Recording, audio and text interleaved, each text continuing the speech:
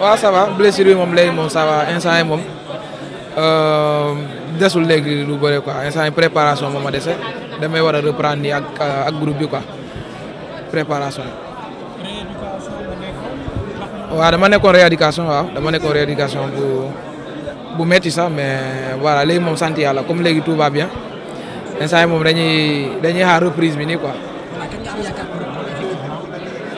reprise bi nii rek damay reprendre ak groupe bi léegi moom ça va quoi léegi moom ça va. ok et pendant que vous étiez à Soudan nan nga leen gisee seen taxawaay par rapport ak Coupe d'Afrique mais aussi au-delà ce match que nous venons de jouer tout à l'heure. waaw comme d'habitude je pense que image bu ñu wonoon pendant Coupe d'Afrique bi ak bien avant aussi préparation yi qualification yi aussi je pense que si continuité boobu lañ nekk donc instant yi nii ñëpp voilà ñu ngi xaar Sénégal beneen niveau.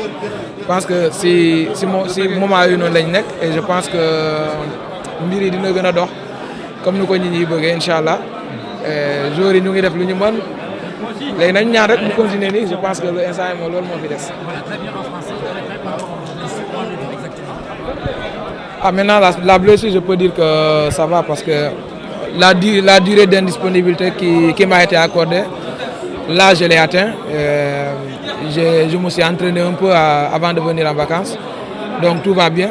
Normalement, je reprends la reprise là le 18 avec le groupe et on va voir la suite ce que ça va donner. Vous avez apprécié l'équipe du Sénégal avec cette Coupe d'Afrique, vous avez certes raté, mais là aussi c'est un point que vous venez de suivre tout à l'heure ici à Dakar. Oui, ça fait du bien parce que voilà, tout le monde attendait que le Sénégal gagne la CAN. Chose que les joueurs en discutaient beaucoup. Les joueurs ils croient à ce titre et aujourd'hui on l'a eu.